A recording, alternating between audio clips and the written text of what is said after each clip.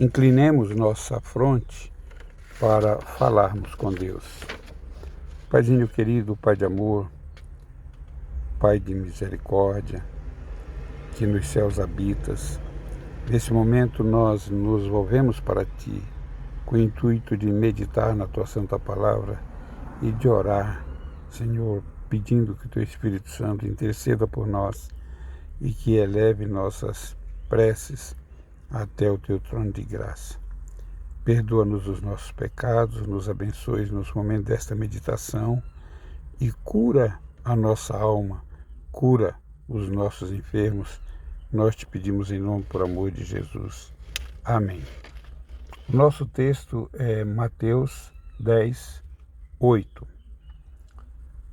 Curai os enfermos, limpai os leprosos, ressuscitai os mortos, expulsai os demônios, de graça recebestes e de graça dai. É interessante que o findar deste versículo, ele termina com a frase de graça recebestes, de graça dai, e é uma frase que eu gosto muito para aplicar sobre o perdão, a justificação pela fé. Nós somos perdoados gratuitamente por Deus, pelas muitas ofensas que lhe fazemos, pela desobediência, pelo nosso mau caráter, por todas as nossas falhas morais, e no entanto Deus nos perdoa. Basta que eu aceite o perdão que Ele me oferece. E então, se Deus me perdoa tão graciosamente, por que eu também não perdoo o meu semelhante gratuitamente? O perdão, neste caso, é um perdão princípio. Deus perdoa porque perdoa e já estamos perdoados. Nós fomos perdoados há 2000 anos atrás, quando Cristo morreu na cruz do Calvário. E quando eu aceito Jesus como meu Salvador, eu aceito o perdão que Ele já me ofereceu, mesmo antes que eu houvera nascido. Então é interessante este amor princípio, este perdão princípio, porque ele independe do perdoador. O perdoador já perdoou. Depende exclusivamente do transgressor, que neste caso ele aceita o perdão. Se eu agir assim, então eu perdoarei a todos aqueles que me ofendem. Por princípio, eles já estão perdoados antes mesmo de fazerem qualquer mal para mim. Eu tinha um amigo que era um obreiro bíblico chamado Arcanjo, e ele dizia assim: eu te amo apesar de tudo. Então, às vezes ele dizia assim: eu te amo a si mesmo. Quer dizer, é um amor princípio, um amor interessante. Mas aqui neste caso, deste versículo, Jesus está dando aos discípulos uma autoridade, quando ele diz assim: curai os enfermos, limpai os leprosos, ressuscitai os mortos, expulsai os demônios. Esta capacitação dada por Jesus Cristo aos seus discípulos, ela perdura em todos os tempos até que Cristo volte nas nuvens dos céus. Neste caso, o problema não está na autoridade que Cristo conferiu, está sim no discipulado. Nós não somos aqueles discípulos daquela época porque nós nos enchemos de coisas que impedem que o nosso caráter seja formado segundo a semelhança do próprio caráter de Deus. Então, se nós nos consagrarmos, se nós nos dedicarmos a Deus, se nós fizermos de Deus o centro de nossa vida, se nós caminharmos com Deus, este mesmo poder está à disposição de cada um de nós, à disposição da igreja. Mas o meu coração precisa ser transformado, precisa ser entregue para Jesus. Esse coração precisa de se colocar no altar de Deus para servi-lo. Então, veja, eu posso alcançar toda esta bênção desde que Jesus Cristo seja o Senhor absoluto da minha vida, desde que os outros vejam Jesus Cristo em mim. Então, esta graça nos é dada. Há uma outra coisa interessante, se nós aplicarmos para os nossos dias fora do contexto, nós vamos ver que Deus nos dá a chuva que lá no campo está molhando as flores, está molhando os frutos, estamos olhando as plantas, e agora essas plantas produzem alimentos para nós.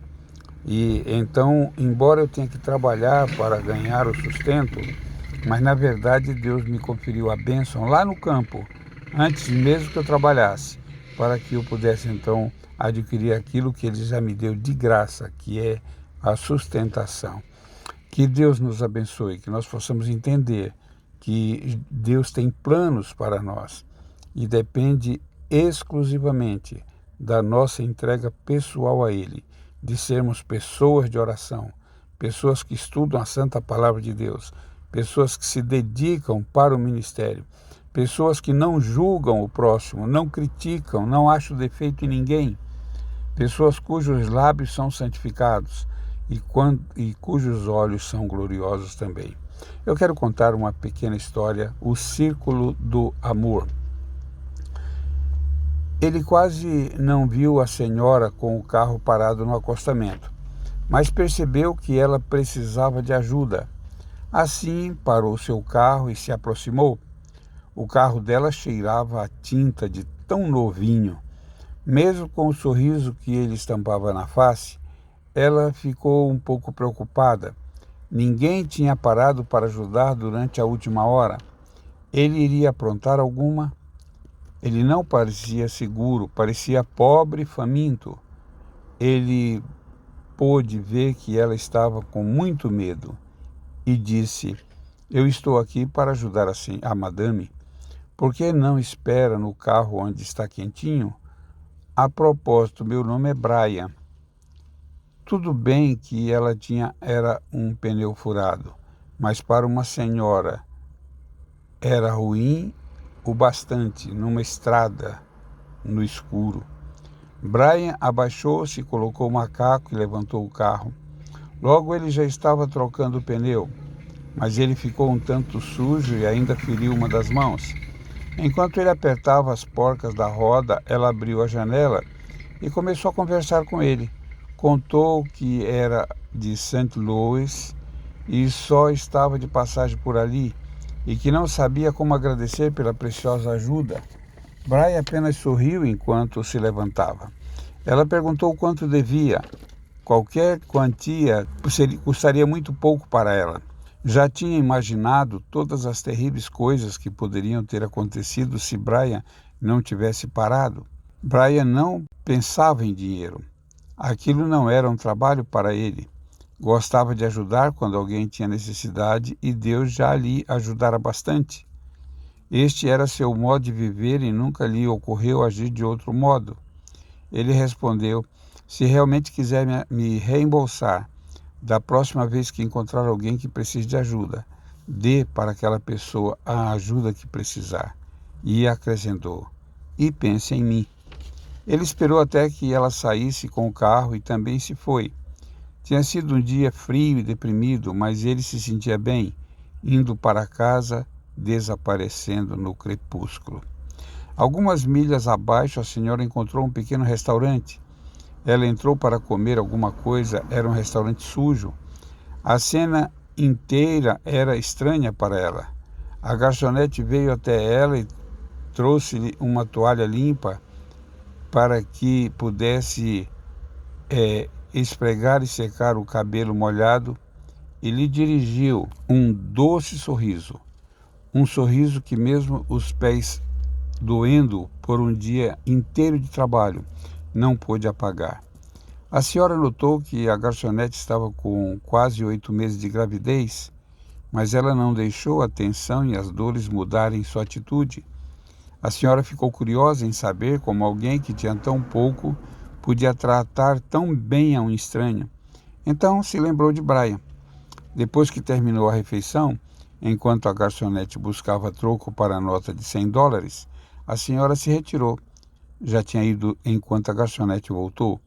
A garçonete ainda queria saber onde a senhora poderia ter ido quando notou algo escrito no guardanapo, sobre o qual tinha mais 4 notas de $100. Havia lágrimas em seus olhos quando leu o que a senhora escreveu. Dizia: "Você não me deve nada. Eu já tenho bastante." Alguém me ajudou uma vez, da mesma forma estou lhe ajudando. Se você realmente quiser me reembolsar, não deixe este círculo de amor terminar com você. Bem, havia mesas para limpar, açucareiros para encher e pessoas para servir.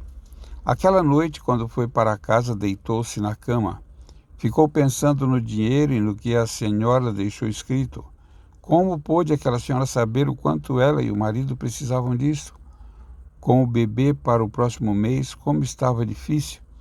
Ela virou-se para o preocupado marido que dormia ao lado, deu-lhe um beijo macio e sussurrou: tudo ficará bem. Eu te amo, Brian. Pense nisso e não feche o círculo. Deus escreve certo, por linhas tortas. É interessante que esta história redundou no bem para o próprio Brian, para sua esposa, mas poderia ter ido para outra pessoa. E uma outra pessoa, um estranho, poderia nos fazer o mesmo bem, de uma forma diferente. De graça recebestes, de graça dai, é a ordem de Cristo. Cristo espera que os seus discípulos se levantem. Ele deseja, neste clímax da história da humanidade, quando se aproxima a hora em que ele virá nas nuvens dos céus, quando ele tem a mais solene de todas as mensagens para proclamar ao mundo, a terceira mensagem angélica, e quando ele dá a oportunidade de nos prepararmos para receber esta mensagem angélica e proclamar ao mundo, que é a reforma de saúde. É a reforma de saúde que vai nos habilitar para proclamarmos o Evangelho.